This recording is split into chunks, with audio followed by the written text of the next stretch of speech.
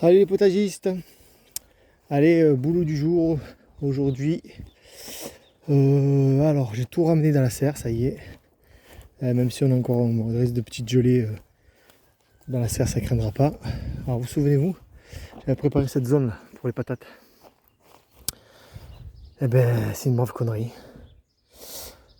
Parce que c'est trop de travail à travailler le sol. Mon sol il n'a jamais été travaillé. Donc vu que le permaculteur est un flemmard, vous voyez, je commençais là. En fait c'est trop de boulot quoi. Donc laissons tomber, c'est pas grave. Je vais mettre les patates dans les bacs.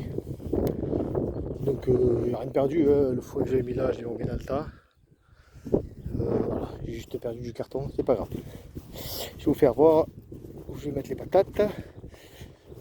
Donc première petite bêtise, celle-ci, hein. Mon sol il n'est pas travaillé, donc ça sert à rien que je mette directement sur le sol. Il faut que soit que je cultive en bac, ou soit que je travaille le sol une fois et après que je cultive en permaculture dessus. Mais ça me saoule de travailler le sol. Je préfère faire des bacs. Voilà, donc là ça y est, j'ai fini de mettre les patates ici. Vous voyez, alors j'ai des patates qui ont vraiment beaucoup germé. Des gros germes là, bien épais. Et vous voyez, il y a la fleur là pour jusqu'au bout déjà. Enfin, il y a la plante qui pousse au bout là. Ici, tac. Voilà. Et là, il y en a qui ont moins germé. Alors, soit je mets les deux, hein, je vais pas jeter bien sûr. Donc comment je fais? Ben, c'est tout simple. Hop. J'y fais mon trou. Alors, bien sûr, je fais les trous d'abord. Je mets les patates et après je rebouche. Hein. Parce que sinon, je sais plus où j'ai mis les patates. Moi, je les serre, je m'en fous. Je les serre comme ça là. Voilà. Je ne regarde pas 15 cm, 20 cm, 10 cm, ça me saoule. Voilà, donc ça c'est patate. Donc je mets une patate comme ça, hop, et je laisse la plante faire le germe vert au bout, et après j'aplatis un petit peu autour. Voilà, il y a juste la tête qui sorte un petit peu. Là.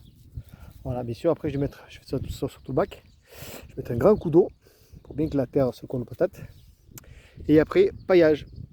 Parce que bon, on risque d'avoir encore des gelées, et les plantes de patates n'aiment pas du tout les gelées. Donc, du temps qu'elles traversent la paille, je pense que ça ira. Voilà, donc vous voyez, j'ai quand même de beaux germes épais sur certaines. Bon, celles-là sont plus moches, mais bon, on va quand même les mettre. Ce coin-là, c'est des patates lorettes, c'est des petites patates que j'ai achetées là.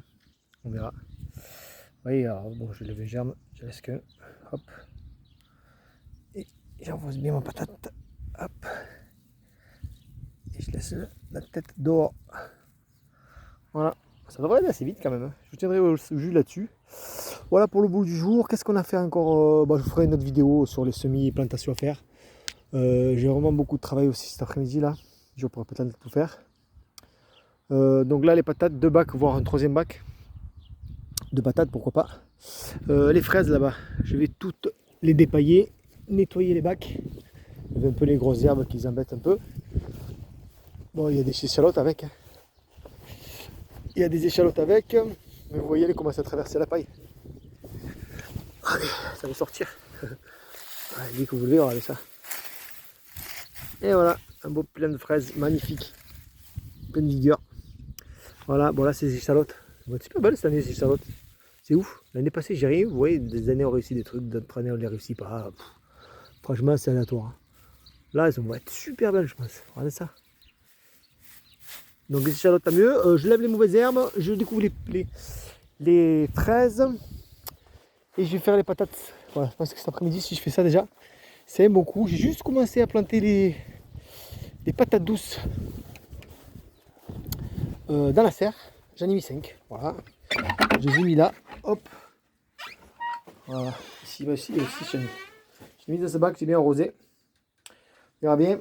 Il me reste les patates douces à mettre en bas. J'ai tout ramené ici. Et autre grosse boulette. Les tomates. Franchement, j'ai commencé trop tard. L'année passée, j'ai commencé trop tôt, janvier. Et là, cette année, mi-mars, voire fin mars, j'ai vraiment commencé trop tard. Regardez comme c'est tout petites mes tomates. Donc on verra. On verra. On va l'avoir, hein, mais tard, je pense. Tant pis. Voilà, on saura que l'année prochaine, c'est février, les tomates. Voilà. Ah, mais j'ai que j'ai encore des patates là. J'ai oublié. Autre boulette. Là. Je me disais, les petits pois, il y a quelques-uns qui sortent. Ouais, c'est normal parce que de mes briques de lait, les trous sont pas assez gros dessous. Donc en fait, les graines ont pourri, tout simplement. Et voilà, on continue à faire des bêtises chaque année. Hein, on apprend de ses bêtises. Donc à voir si je reprends des petits pois et je les mets en pots normaux ou alors si j'agrandis les trous. Voilà, voilà. Quoi d'autre en boulette? Non, c'est bon. Au niveau boulette, ça suffit, hein. Donc les petits pois qu'on pourrit.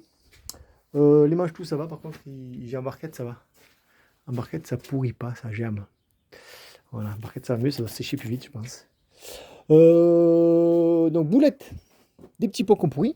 Boulette, du préparation du sol pour les patates, en fait, ça sert à rien parce qu'il y a trop de travail à faire. Et autre boulette, c'était quoi? Et les tomates. Voilà, trop tard. Donc voilà, 3 boulettes, c'est déjà pas mal hein, pour un début de saison. Voilà les amis, allez, je vous laisse. Bon potager à tous, ça pour la prochaine vidéo.